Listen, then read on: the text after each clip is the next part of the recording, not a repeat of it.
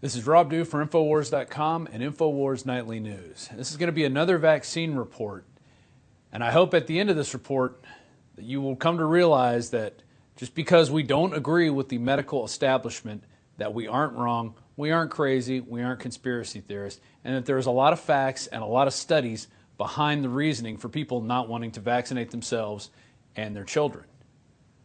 So I hope this report will put all that to rest and all the vaccine pushing and all the vaccine hysteria that's going on in this country. Because this is a first step on a long line of tyrannies that are lined up if they get their way. If they're able to push mandatory vaccines onto people, it's over for everything.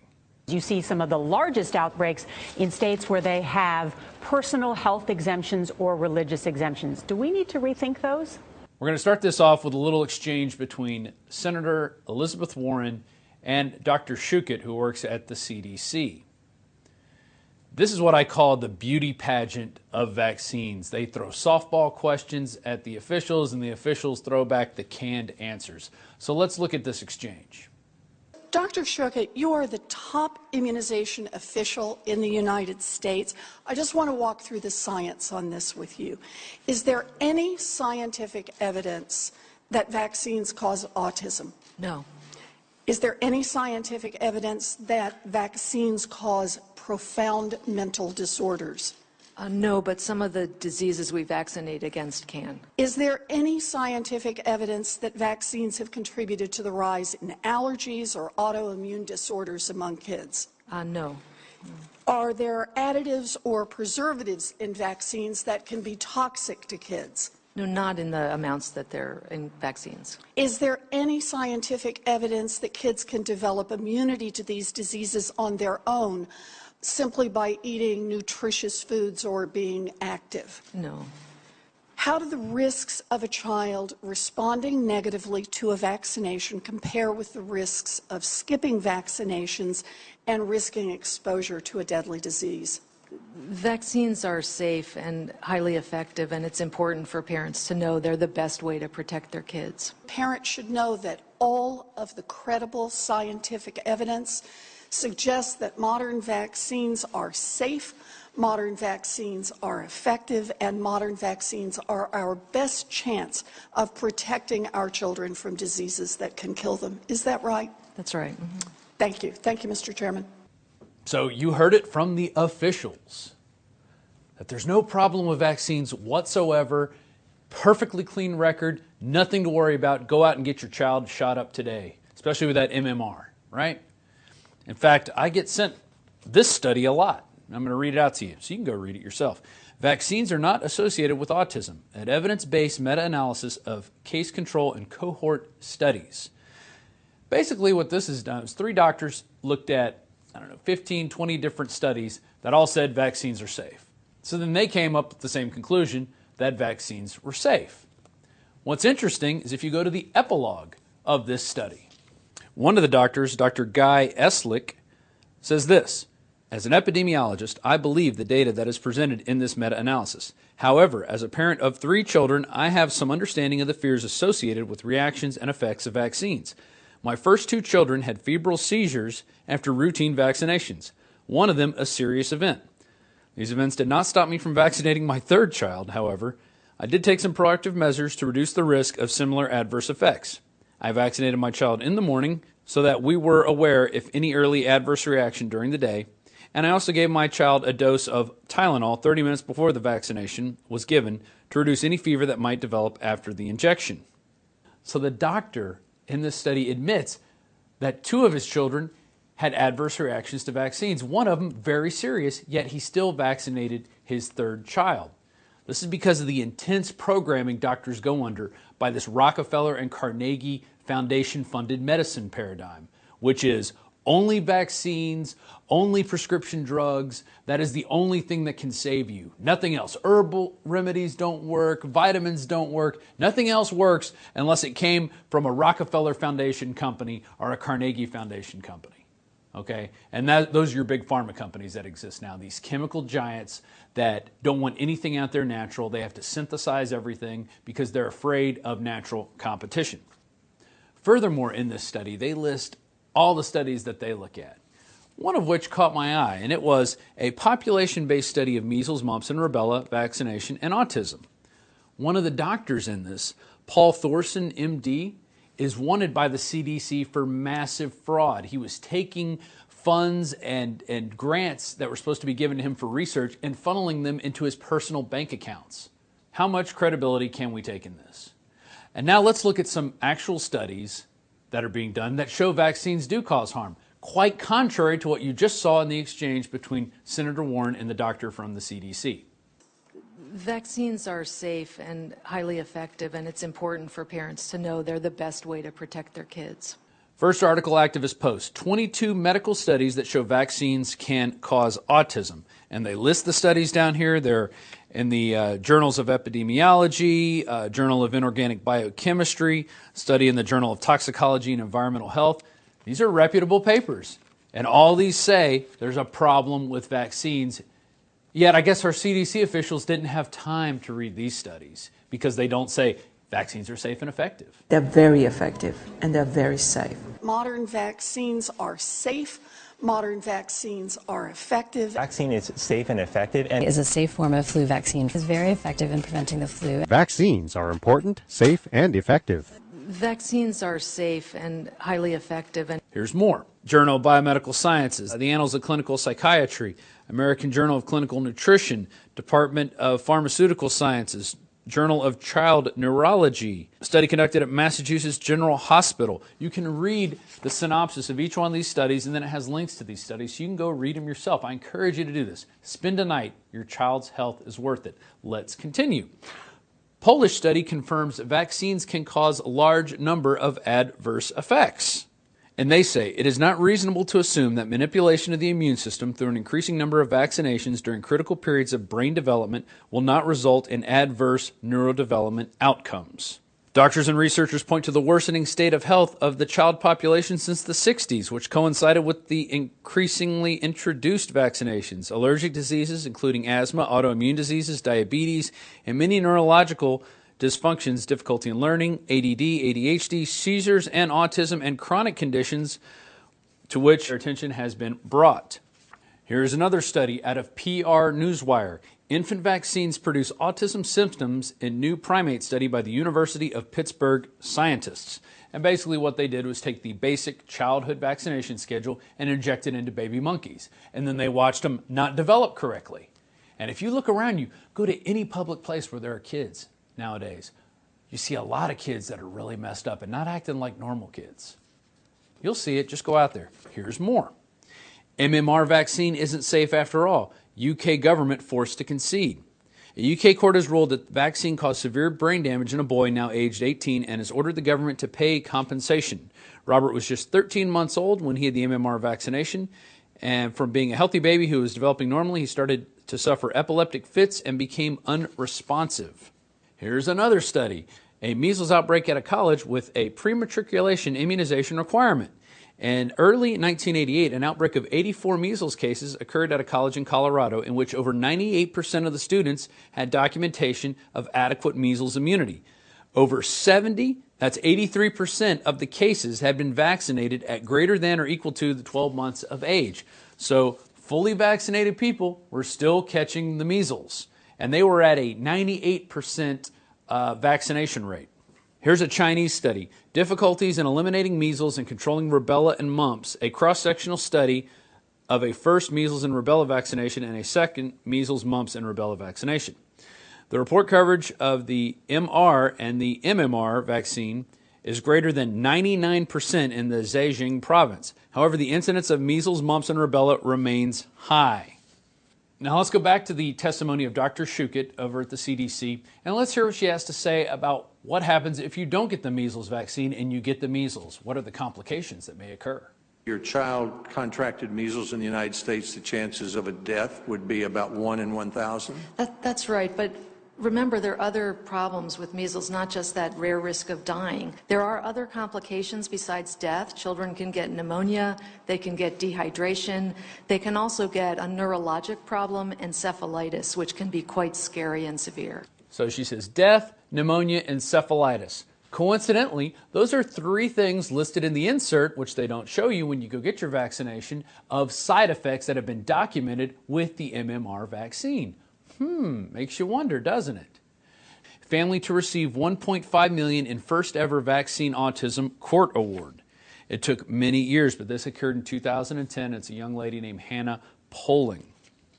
In July 2000, Hannah was vaccinated against 9 diseases in one doctor's visit: measles, mumps, rubella, polio, varicella, diphtheria, pertussis, tetanus, and Haemophilus influenza. Afterward, her health declined rapidly. She developed high fever, stopped eating, didn't respond when spoken to, and began showing signs of autism and began having screaming fits.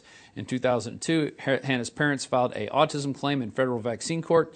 5 years later, the government settled the case before trial and had it sealed. Here's what Hannah's parents had to say. Her dad is actually a neurosurgeon, so these aren't just crazy parents thinking that vaccines cause the injury. Here's what they had to say in Good Morning America. I think the bottom line is our daughter was born normal. She developed normally for the first 18 months of life. There were no signs of any underlying genetic disorder. Then she was vaccinated. She became ill. That illness eventually led to a diagnosis of autism, then later seizures. I think that's the bottom line, and that vaccines were related to her illness. Hannah's story in many ways doesn't sound that unfamiliar to us. Seemed like a normal child, and something seemed to change, didn't seem to be genetic, didn't seem to make sense. What do you believe the message is out there for other parents? Hannah's case, and as other parents out there hear her story, I think her case is echoed among thousands of other similar cases. And I know a lot of other medical experts are going to get out there and say that this is a very unusual, oddball case, and we don't really think it is at all. I mean, interestingly enough, if you or your child is injured by a vaccine, you have to go to a special court. And this is a court with no jury. It's got a special judge. It's different rules, and there's no reporters allowed. Nobody's allowed to even see the evidence. It's just presided over in a secret tribunal. If federal health officials oppose compensation, the case is argued before a special master in the U.S. Claims Court. Many refer to this as vaccine court, though it isn't a court at all, but rather an administrative procedure in which the family asks the government to admit the vaccine caused their child harm and requests compensation for the child's care. Pharmaceutical companies do not have to participate in the proceedings at all. Taxpayers pay for all damages. The U.S. Department of Justice acts as the government's lawyer, with taxpayers footing the bill for their defense. The family's attorney is paid out of the trust fund, administered by the Department of Health and Human Services. There's no required discovery process, so potentially incriminating documents stay hidden in the hands of the vaccine manufacturers. Most hearings are off limits. No public, no reporters. There's no judge or jury. A special master appointed by the U.S. Court of Federal Claims both presides over the hearings and issues the rulings, which can limit the chance of an objective verdict. Since 1989, this court has awarded over $2.6 billion to people injured by vaccines. Doesn't sound very safe and effective to me. And this is money that you and I have to pay. This doesn't come out of the drug companies' pockets. This is paid for by the federal government. Remember that. And this is from the Health Resources and Services Administration National Vaccine Injury Compensation Program Statistics Report issued March 5th, 2014. Very current statistics, not even a year old. Now let's go over to Europe. MMR, a mother's victory. Valentino Bocca was never the same child after the jab in his arm. He developed autism, and in a landmark judgment, a judge has ruled that his devastating disability was provoked by the inoculation against measles, mumps, and rubella. That's the MMR vaccine that they say is safe and effective. Okay, so they've awarded his family over $1 million. Here's another one. U.S. media blackout. Italian courts rule vaccines cause autism. The Italian infant plaintiff received 3 doses of GlaxoSmithKline Inference Hexa, a hexavalent vaccine administered in the first year of life. These doses occurred from March to October 2006. The child regressed into autism shortly after receiving the 3 doses. Presiding Judge Nicola DeLeo considered another piece of damning evidence, a 1,200-page confidential GlaxoSmithKline report. The The industry document provided ample evidence of adverse reactions from the vaccine, including 5 known cases of autism resulting from the vaccine's administration during its clinical trials. So they've known back in the trials that there's problems with these vaccines, yet they keep pushing them. They keep ramping them up. They keep giving you more. Why is that? H.G. Wells, Aldous Huxley, Bertrand Russell, and hundreds of other eugenicists constantly bragged about how the establishment believed themselves to be a separate, more advanced species than the common man.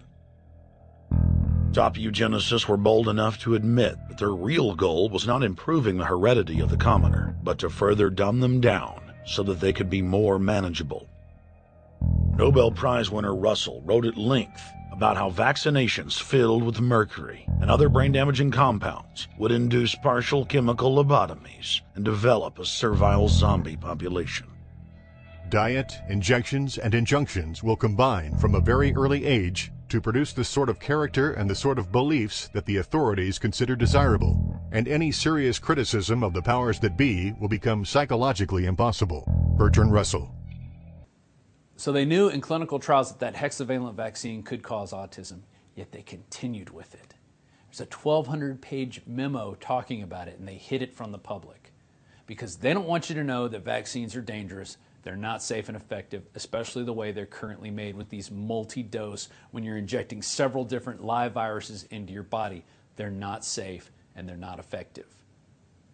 And now let's look at Dr. Andrew Wakefield. This is the discredited man that they talk about so often in all these reports, articles, television specials, congressional hearings. In fact, here's Dr. Shukett talking about him once again. Autism is a terrible condition. That paper that you're mentioning has been totally discredited. It was found to be fraudulent and is not the case. There have been dozens of studies of vaccines and the question of autism. Vaccines don't cause autism. They are highly effective and safe and are a good way to protect your children from vaccine-preventable diseases. That article was just flat wrong. That's right. And that numerous studies have showed that it was wrong. That's right. And what happened to the author of the article? He lost his medical license. Because why? Because of the fraudulent behavior. Totally discredited. Nothing more to see here. Move along. But British court throws out conviction of autism vaccine MD Andrew Wakefield's co-author completely exonerated. Gastroenterologist Professor John Walker-Smith won his appeal against the United Kingdom's General Medical Council Regulatory Board that had ruled against both him and Andrew Wakefield for their roles in the 1998 Lancet MMR paper, which raised the question about a link to autism. Justice John Menning ruled that the panel's determination cannot stand, therefore I quash it, he said. Its conclusions were based on inadequate and superficial reasoning, in a number of instances, a wrong conclusion. The verdict restores Walker-Smith's name to the medical registry and his reputation to the medical community. Now, we had Dr. Wakefield on the show recently, and this is what he had to say about his version of this. We listened to parents who said that my child was perfectly normal, I'm not anti-vaccine, I took my child to get vaccinated. When I did that, they got the MMR and they regressed into autism. And they also developed gastrointestinal symptoms. And as a physician interested in gastrointestinal disease, I recommended those children should get investigated for that. They were investigated by the world's leading pediatric gastroenterologist at the time, Professor Walker-Smith, who you've just mentioned, my co-author on the paper, and he found that they had an inflammatory bowel disease. We treated that disease. Not only did the bowel disease symptoms improve, but the behavioral and autistic symptoms improved. It was the beginning of a fascinating journey, but we had to investigate whether the parents were also right about whether the vaccine had precipitated in this. That's when the problem started. And so Murdoch's brought his team of journalists along, Brian Deere. They came up with this extraordinary story that we had involved ourselves in fraud and deception, that we had made it up, there was no ethical approval, all of this kind of thing, while at the same time holding back from the General Medical Council inquiry vital documents that showed there was indeed ethical approval for this study. He knew throughout the investigation and the proceedings that he had in his possession key documents. That was an obstruction of justice. And here's an article from 2013 proving that Andrew Wakefield should have been exonerated back then, but of course, we have to keep him out there as the boogeyman. We can't have somebody stepping in on Big Pharma's money-making machine. New published study verifies Andrew Wakefield's research on autism. Again, MMR causes autism. A December 13, 2012 vaccine court ruling, hundreds of thousands of dollars were awarded to Ryan Majabi, whose parents describe how the MMR vaccine causes severe, debilitating injury to his brain, diagnosed as autism spectrum disorder. Is there any scientific evidence that vaccines cause autism? No. Later the same month, the government suffered a second major defeat when Emily Moyer from Houston won compensation following a vaccine-related brain injury that once again involved the MMR and resulted in autism. And you could go down and read all the links for yourself. I encourage you to do it, okay?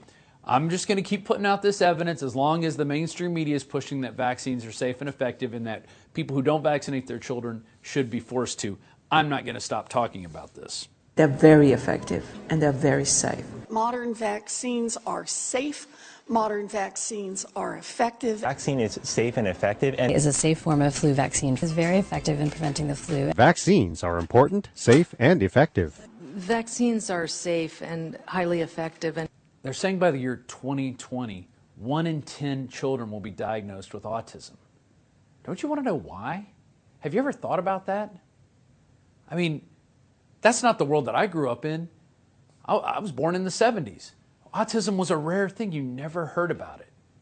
It wasn't until the late 80s that we started hearing about autism. Right about the time the movie Rain Man came out. Sort of like a predictive programming vessel to implant in you, hey, if your kid gets autism, he might be pretty cool and be able to count things out and remember interesting facts and answer questions and be really good at music. You know, they don't tell you about all the other horrible things where he won't relate to society, you have to change his diapers regularly, he can't feed himself, just all the other debilitating effects. No, they try to make it cool and trendy. Well, let's look at that right now. Here from Dynamic Chiropractic, an interesting study published in the Human Experimental Toxicology demonstrated a positive relationship between the number of vaccine doses given to infants and infant mortality rates. In other words, the nations with the highest amount of required immunizations had the highest infant mortality rates. For example, nations like Netherlands, Canada, Australia, and the United States, which require 24 to 26 vaccine doses, have the highest infant mortality rates. In contrast, nations like Sweden, Japan, Iceland, Norway, that average 12 required vaccine doses, have the lowest infant mortality rates. Ironically, the U.S. has one of the highest infant mortality rates out of 34 nations surveyed. A companion study also noticed a positive relationship between the number of vaccine doses and hospitalization rates of U.S. children. The researchers examined the records from the government's own vaccine adverse reporting system and found that the more vaccines a child receives in earlier life, the more likely the child was to suffer a reaction requiring hospitalization. Well, there you go. More money for Big Pharma because of more vaccines. It's a very devious program they're running here. David Kessler, a former FDA commissioner, estimated only 6% of all vaccine adverse events are reported.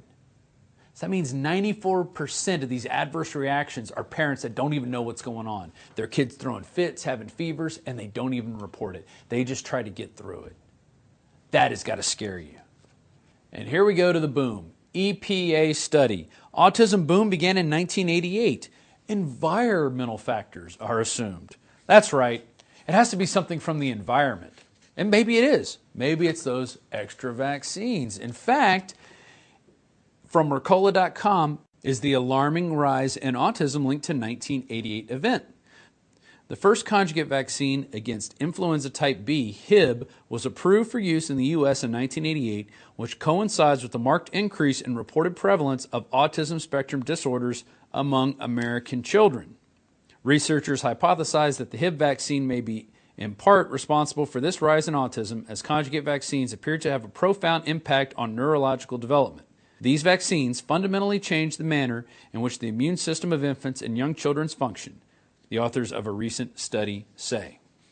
And if you look at a graph that shows autism, it's like this, real low, real low. It starts to rise a little bit in the 80s, probably due to the increased vaccine schedule. And then at the end of the 80s, boom, it starts shooting up. And now we're almost to 1 in 10. Doesn't that make you happy? We're going to be number 1 in autism. USA! USA! USA! USA! USA! USA! All right, now I want to get to the end here. This is an article by Dr. Russell Blaylock, MD. We've had him on the show many times, retired neurosurgeon, just an expert on what goes on in the brain and what affects the brain.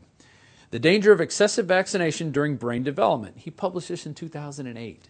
Okay, this is a thick article. Look at this. Very thick article. It's got sections like scientific double standards of vaccine safety, compelling link between autism and the vaccination program, the autism disaster, is it man-made, immune dysfunction, the result of bystander damage, how immune reactions to vaccines differ depending on age, autistic children more prone to develop autoimmune diseases and infections, immune suppressions by live virus-containing vaccines, which is almost every vaccine contains a live virus, avoid the flu vaccine during pregnancy. Contrary to what they tell you now, you got to get that flu vaccine. We got to inject mercury into your baby. What about the adjuvants used in vaccines? I mean, this covers the entire study of what these vaccine ingredients and the live viruses themselves do to your brain and its development. You need to read this one if you read nothing else. And I want to end this little vaccine extravaganza with a quote from Gandhi. Gandhi's anti-vaccine views ring true a century later. That's right, Gandhi was not a big fan of vaccines because he saw what they did to his people, and they're still hurting his people today with the Bill Gates polio vaccine. Vaccination is a barbarous practice and one of the most fatal of all delusions current in our time. Conscientious objectors to vaccination should stand alone, if need be, against the whole world in defense of their conviction. And that's what I want you to do out there. If you feel like you're alone, just stand up. You will find others out there that are like you, others that don't want to bow down to this forced vaccination program. Because once they force vaccines, they could force drug you, then they could take your children away, then they could tell you where you're going to work, how you're going to work, what kind of house you're going to have, what kind of fuel you could burn in your fireplace, and then they're going to start rounding you up and killing you like cattle when they don't need you anymore. So you can't let government start now. You got to stop them in their tracks. So you need to support legislation out there and support congressmen and senators out there that are for parental choice, because we should all have the choice whether we inject live viruses into our body or not. This has been Rob Dew with Infowars.com and Infowars Nightly News. Please spread this report around to everybody you know. I tried to make it the most comprehensive and as short as possible with our current attention deficit disorder we have out there. With all the people, myself included, I get a little scatterbrained. But please, spread this information. Make it go viral, okay? Make it go viral. Get it out there. Let's change the way people think about vaccines, because they're not safe and they're not effective, especially in the current way they're being used. Thank you.